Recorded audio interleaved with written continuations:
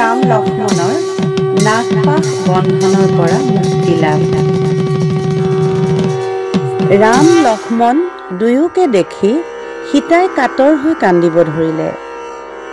তাকে দেখি ত্ৰিজটা ৰাক্ষসীয়ে সীতাক প্ৰবোধ দিবলৈ ধৰিলে, হে সীতা, তুমি নাকান্দিবা। ৰাম লক্ষ্মণৰ মৃত্যু হোৱা নাই, বহুত দিন দুখতেই গ'ল, আৰু বেছি দিন নাই, ধৈৰ্য ধৰা। সেইবুলি ত্ৰিজটাই বহুত বুজাই পুনৰ সীতাক অশোক বনলৈ লৈ গ'ল।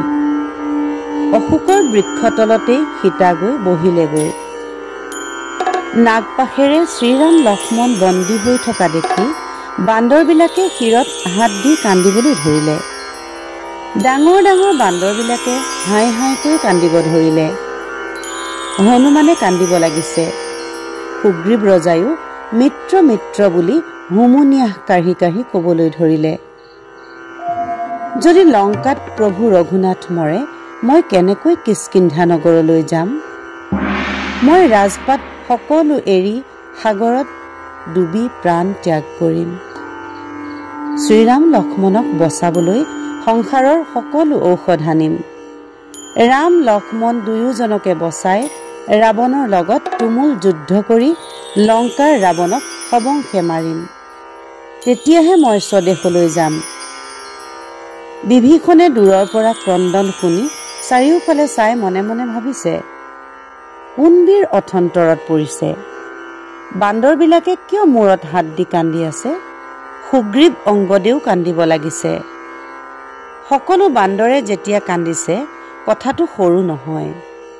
এইবুলি বিভীষণে সোনকালে তাৰ পৰা প্ৰস্থান কৰিলে। বিভীষণক দেখি সকলো বান্দৰবিলাক পলাইছে। বিভীষণক ইন্দ্ৰজিৎ বুলি ভাবি সকলো সেনাপতি পলাইছে। যুৱৰাজ অংগদে চিঞৰি চিঞৰি কব লাগিছে, ঐ কপিসকল, তহঁতে কাক দেখি পলাইছ? ইন্দ্ৰজিতে যুদ্ধ কৰি নিজ ৰাজ্যলৈ গৈছেগৈ। তহঁতে বিভীষণক দেখি কিয় পলাইছ?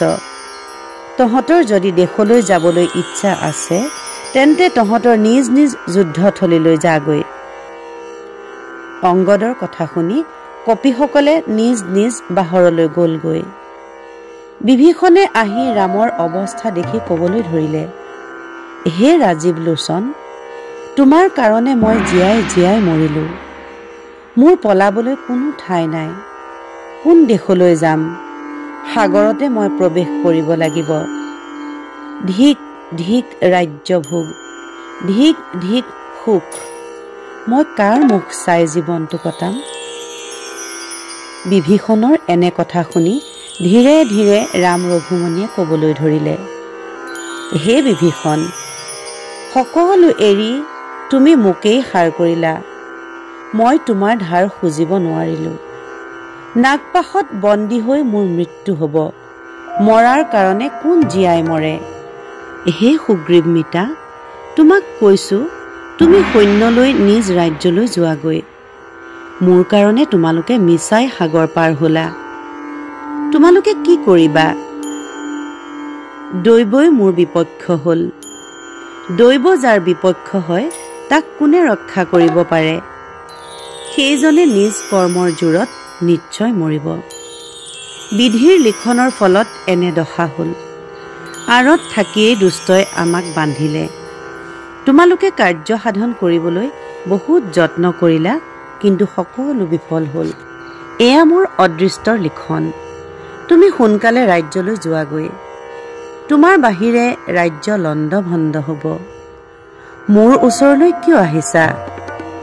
নাগপাশ অস্ত্ৰ আমাৰ দুইজনৰ কাৰণে আহিলে। ভাগ্যত যি আছিল সেয়া হ'ল। তুমি এতিয়া ঘূৰি যোৱাগৈ। অংগদৰ বাপেকক মাৰি বৰ লাজ পালো। তুমি প্ৰাণপণে অংগদক পালিবা। হে বান্দৰ সেনাপতিসকল, তোমালোকে দেশলৈ ঘূৰি যোৱাগৈ। হে হনুমান, তুমি অযোধ্যা নগৰলৈ গৈ সকলো সমাচাৰ দিয়াগৈ। ভৰতক ক'বা, যাতে কাৰোৰে লগত বিসম্বাদ নকৰে, যাতে ধৰ্মপথত থাকি প্ৰজা পালন কৰে। কৌশল্যা মাক মোৰ নমস্কাৰ জনাবা। কৈকেয়ীকো এই সমাচাৰ দিবা। তেওঁলোকক মই গৈ নমস্কাৰ কৰিম বুলি ভাবিছিলোঁ, কিন্তু বিধাতাই সেইটো হ'বলৈ নিদিলে। অশোক বনত জানকী বন্দী হৈ থাকিল। আমি দুয়োজনেই নাগপাশত বন্দী। সুমিত্ৰা মাতাক মোৰ নমস্কাৰ জনাবা। বাকী সকলোকো যথাযোগ্য সমাচাৰ দিবাগৈ।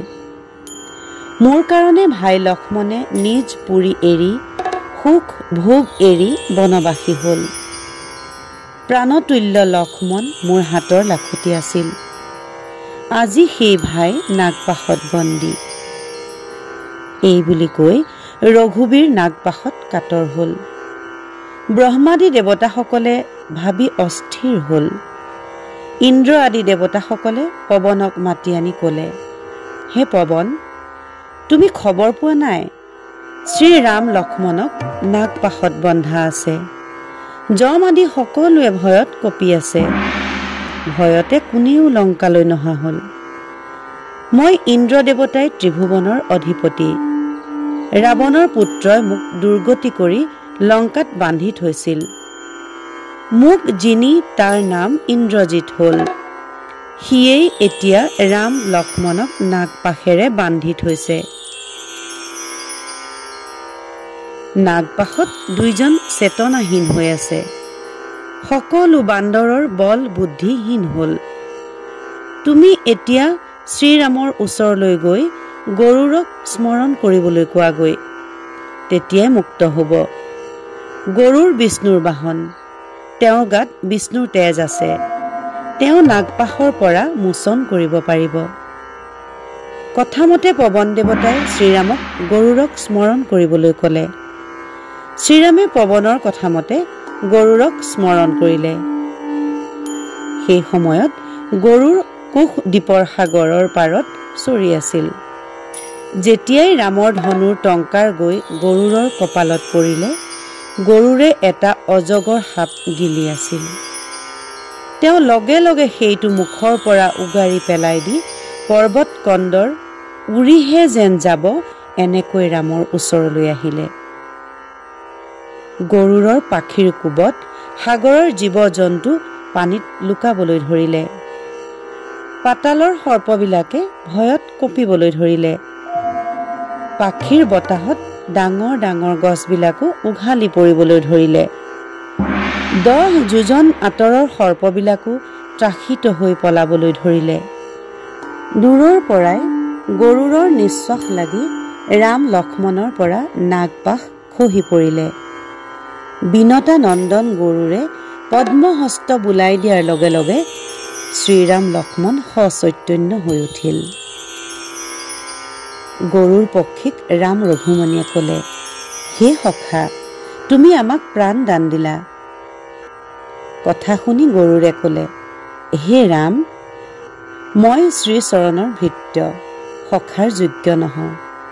তুমি বিষ্ণু অৱতাৰ, জগতৰ পতি, পতিব্ৰতা সাপত নিজকে পাহৰি আছা। মই তোমাৰ বাহন, পূৰ্বৰ কথা কিয় পাহৰি গৈছা? শ্ৰীৰামে ক'লে, হে পক্ষী, তুমি বহুত উপকাৰ কৰিলা, গতিকে তুমি কি বৰ লাগে কোৱা?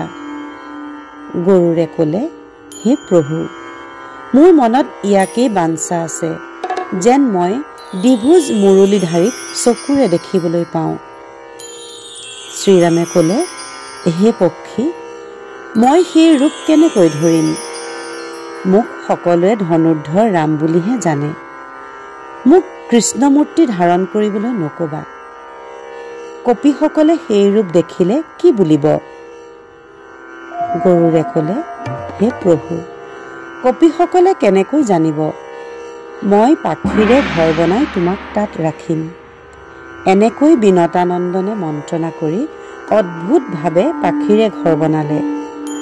ভকত বৎসল ৰামেও তাৰ ভিতৰত সোমাই ত্ৰিভংগ ভংগীমাৰে ৰূপ ধৰি ধনু এৰি হাতত বাঢ়ি ল'লে। হনুমানে আঁতৰত থাকি ভাবিছে, প্ৰভু পক্ষীৰ লগত কিহৰ ইমান প্ৰীতি? হনুমানেও মহাযোগত বহি দেখিলে পক্ষীয়ে ধনু আঁতৰাই ৰামৰ হাতত বাঁহি দিলে। হনুমানে মনতে ভাবিলে, পক্ষী, তোৰ ইমান অহংকাৰ, ধনু আঁতৰাই প্ৰভুৰ হাতত বাঁহি দিলি। যদি মই ৰামৰ ভৃত্য হওঁ, মই যদি ৰামৰ শ্ৰীচৰণত থাকোঁ, মই ইয়াৰ প্ৰতিশোধ তোৰ সাক্ষাততে ল'ম। বাঁহী খহাই হাতত ধনুশৰ দিম। এই প্ৰতিশোধ তোক কৃষ্ণ অৱতাৰত দিম। গৰুৰে এই কথা শুনি হাঁহি হাঁহি পাখি সম্বৰণ কৰি ৰামক প্ৰণাম কৰি শূন্য পথেৰে প্ৰস্থান কৰিলে। ৰঘুনাথে হাতত ধনুশৰ ল'লে।